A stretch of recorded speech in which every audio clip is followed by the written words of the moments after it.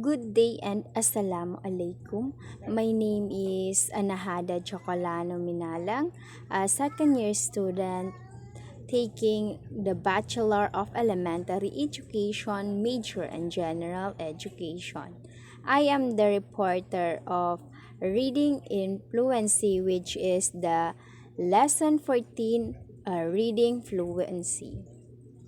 Okay, but first let's discuss the overview.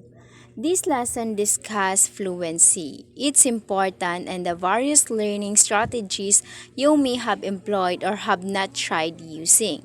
Familiarity with this strategy will make you realize that there are so many ways to learn. All you have to do is to choose the most effective for you and the most appropriate in a given situation. And now let's proceed to the learning outcomes. At the end of the lesson, the students can first explain the importance of fluent reading. The second is describe the components of reading fluency. The third one is compare and techniques for teaching reading fluency. And the last one, the number 4 is explain the importance of reading fluency for comprehension. And let's go to the materials needed. First, e-copy printed or the lesson module using a smartphone, computer, or laptop with internet connection. In this, we need to for duration for 4 hours, 4 hours. And now let's proceed to the learning content. In pre-activity, it we have brainstorming direction. Work in a group of 5 brainstorming possible answer to the following question. Who do you think will understand a book better, a fast reader or a slow reader? And now let's proceed to the reading fluency. What is reading fluency? When we say reading fluency, it is the ability to read text with speed, accuracy, expression, and comprehension. Fluency is the most important link between decoding a text and understanding a text. Pupils who have low reading fluency may not understand when they read because all of their attention is focused on the sound out the word, and none of their attention is focused on the meaning of the words and passage. And below are the 2 examples of how reading sounds for non-fluent and fluent readers, spaces in or pauses and reading. Okay, we have non-fluent reading example. We have I long ti miyagot. There were a lot. Okay, that is the example of non-fluent reading example. In fluent reading example, we have a long time ago, there were a lot of donkeys. The donkeys work hard every day. Okay, as you can see, the difference between the fluent reading and the non-fluent reading is so very the similarities. Meron talaga silang pagkakaiba. Okay, now let's proceed to the components of reading fluency. Fluent reader depends upon several well-developed skills, including accuracy, rate, prosody, comprehension. In this accuracy, it is the ability to correctly read words by sight or by decoding. And the rate, the speed of the reading. And prosody it is the reader with expression, so that reading sounds like talking. And also, and the comprehension, it is the understanding the meaning of the text. And as you can see, this is the accuracy Example of accuracy, rate, prosody, comprehension, and fluent reading. In this accuracy, does the pupil correctly decode or recognize the words by sight? In the rate, at what speed does the pupil read words? In prosody, does the pupil read with correct phrasing, expression, and intonation? In this comprehension, does the pupil understand the message or the text who or she has read?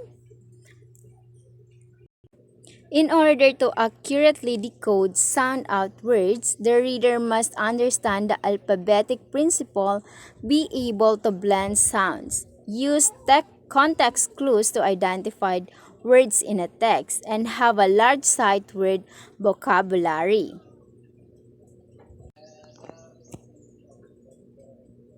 It's because reading the words incorrectly can change the meaning of the text. A rate can be measured using measure called words orec per minute or WCPM, which is the number of the pupil can correctly read more passage in 1 minute. And also, readers with a slow or choppy rate will be a poor comprehension.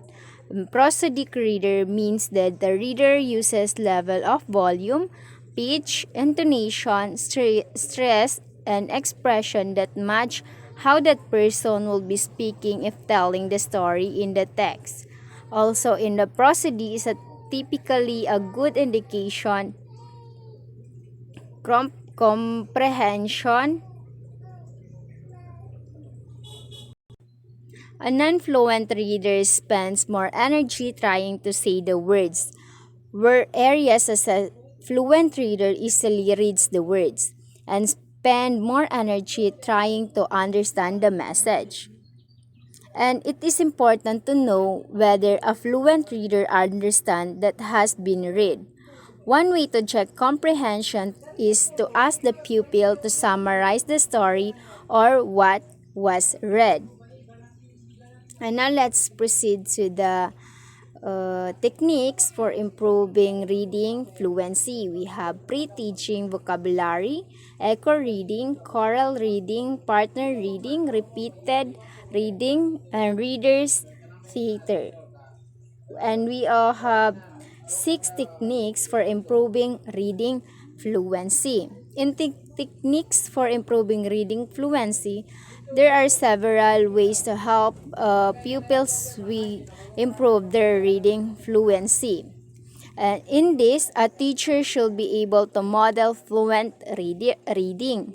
And also, a teacher should model how to decode words, how to read with expression and emotion, and how to stop and check that the message is understood. Mainly through in order to become fluent readers, pupils need to read, and then read some more. There's is a little research showing that the independent silent reader is effective for improving reading fluency. Instead, pupils needs to practice reading out loud to the one another. Okay, in teaching for improving reading fluency, let's first discuss the pre-teaching vocabulary. In pre-teaching vocabulary, it is a technique for introducing new terms to pupils before they read. And the teachers tells the pupils what the words means and how to pronounce it.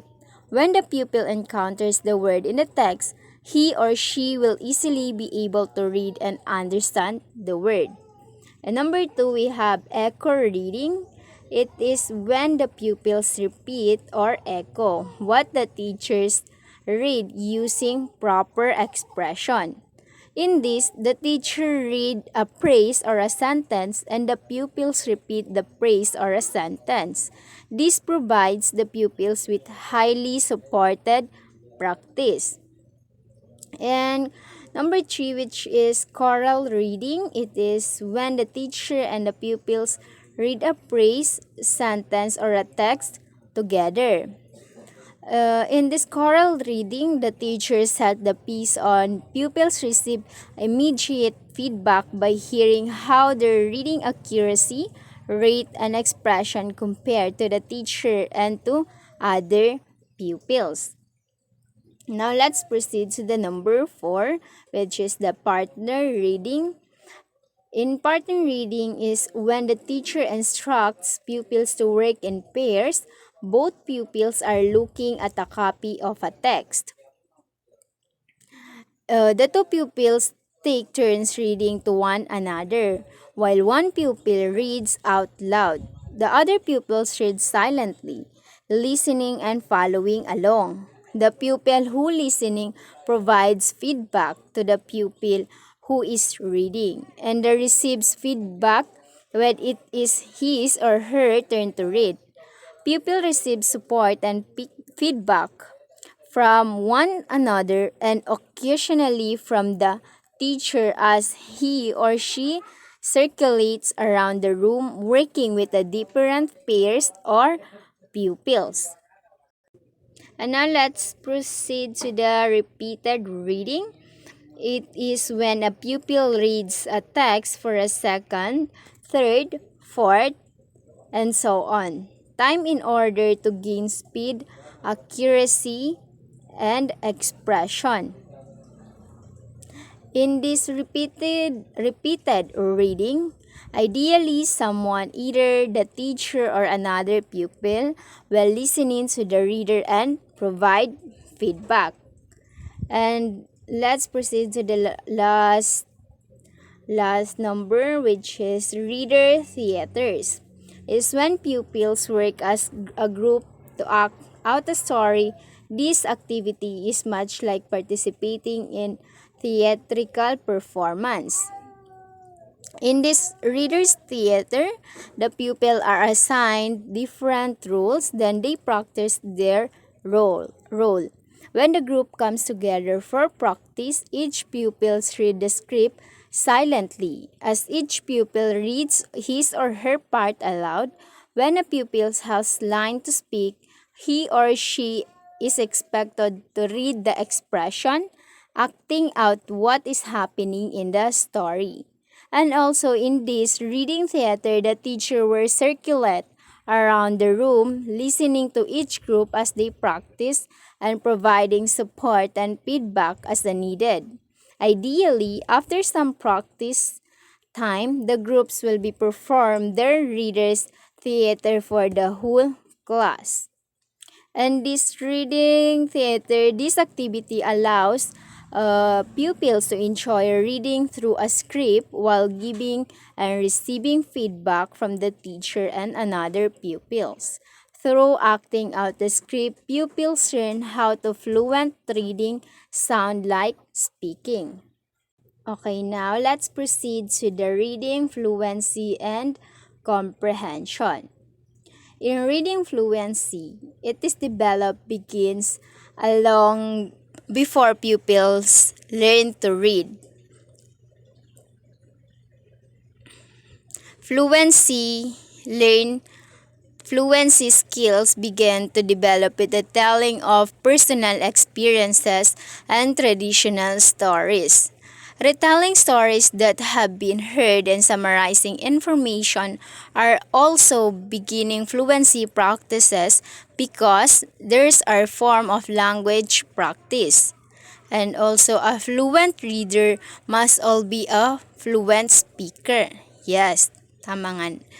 That's true. When pupils can read at the sentence level, they are ready to begin building fluency through the techniques mentioned in the previous section. And also in fluent readers rarely need to concrete a decoding. They are able to focus their attention on the meaning on the text and are able to comprehend the message. As a pupils advance through primary school, the ability to read fluency is critical because the amount of required reading increases considerably.